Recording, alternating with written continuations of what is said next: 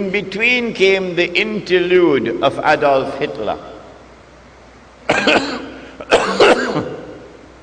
which speeded up the movement of the Jews from Europe to the Holy Land. In 1948, Britain did something strangest of all. Britain is a state with a tremendous commitment to the rule of law. And so every time Britain decolonized, there was always an insistence of a legal transfer of power. And then you had the flags going up at midnight, and the national anthem and this constitution and so on. A legal transfer of power. It happened in Trinidad as well.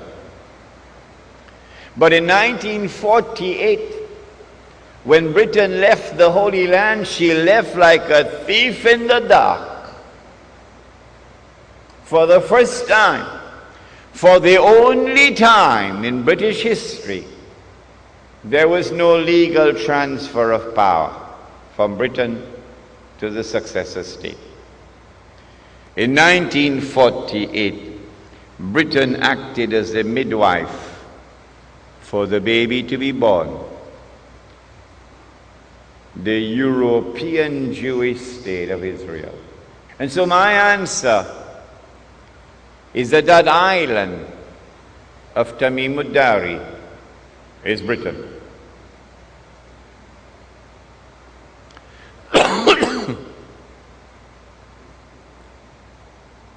The Prophet said, sallallahu ta'ala alayhi wa sallam, about Dajjal,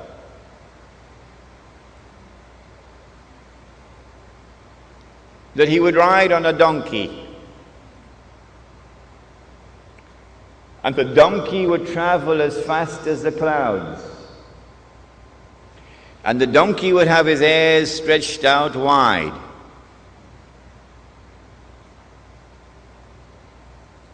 My opinion, which I hope you will share with me, is that that donkey is already here in the world. This is religious symbolism with which we began the lecture. The donkey is the modern aircraft.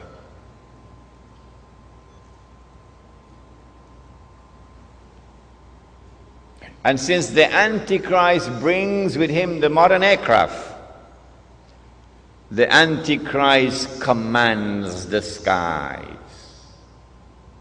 You cannot compete with him or rival him in power in the skies above. He said that the Antichrist will step into the ocean and the water would reach him up to his knee. Again, I want to suggest to you that we are dealing with religious symbolism here.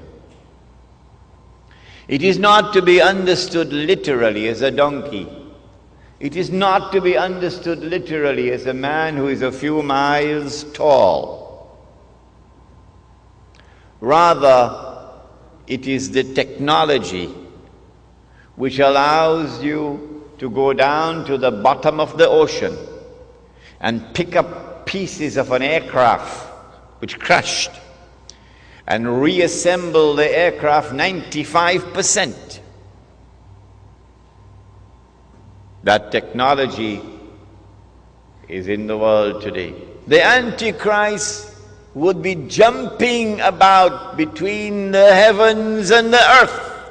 Jumping about, said the Prophet, alayhi salatu wasalam. Again, I want to suggest to you that this is not to be interpreted literally, that we are dealing with religious symbolism.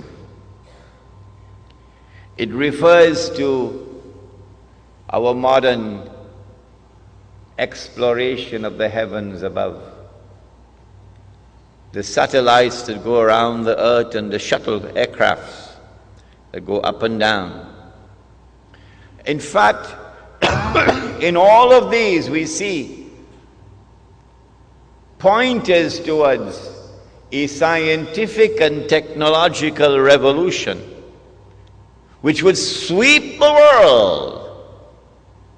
And the mastermind behind that scientific and technological revolution is the Antichrist. He said that the earth would yield its treasures to Dajjal. Now, go back home and study British history, as I am doing now, and you would see that the scientific and technological revolution was led by the island of Britain at every significant step of the way.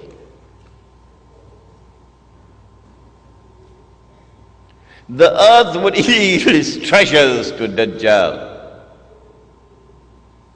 Last year, my wife and I visited the city of Kimberley in South Africa. Kimberley is famous for its diamonds, the Kimberley diamonds. Somewhere around the middle of the 19th century, a little African child was playing and discovered a stone that was sparkling. The child took the stone back to his father. The father took the stone to the European Commissioner. The European Commissioner sent the stone to Johannesburg. And when they examined the stone, they found that it was one of the biggest diamonds that had ever been discovered. And that was the trigger that now led to the exploration for diamond and gold in southern Africa. But it was British technology at work to discover the diamond veins down deep down in the earth. Without that British technology, you could not have done it. And then they began to dig these huge man-made holes. And in Kimberley, we saw the biggest one of all. My wife and I stood at the edge of this big hole. Big hole. You could put a couple aircraft down inside there. And way down at the bottom of the hole, way down deep inside the earth, they went and they mined the diamonds. Out of that Kimberley diamond mine, they extracted, a wheelbarrow?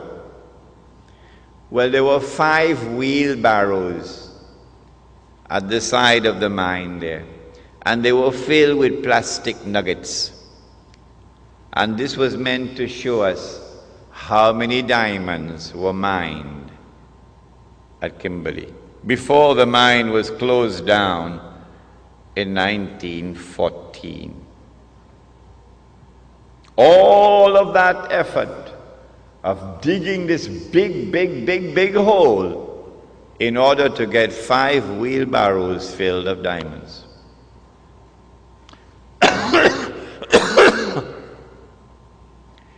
In 1914,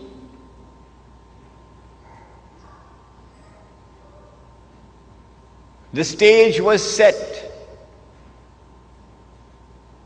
The Zionist movement had taken control of the diamond mines of South Africa and used a man named Cecil John Rhodes as a front man. The Rothschild Bank of Europe, a Jewish bank, financed him. And they were able to harvest all those diamonds and then use the sale of those diamonds to build up a war chest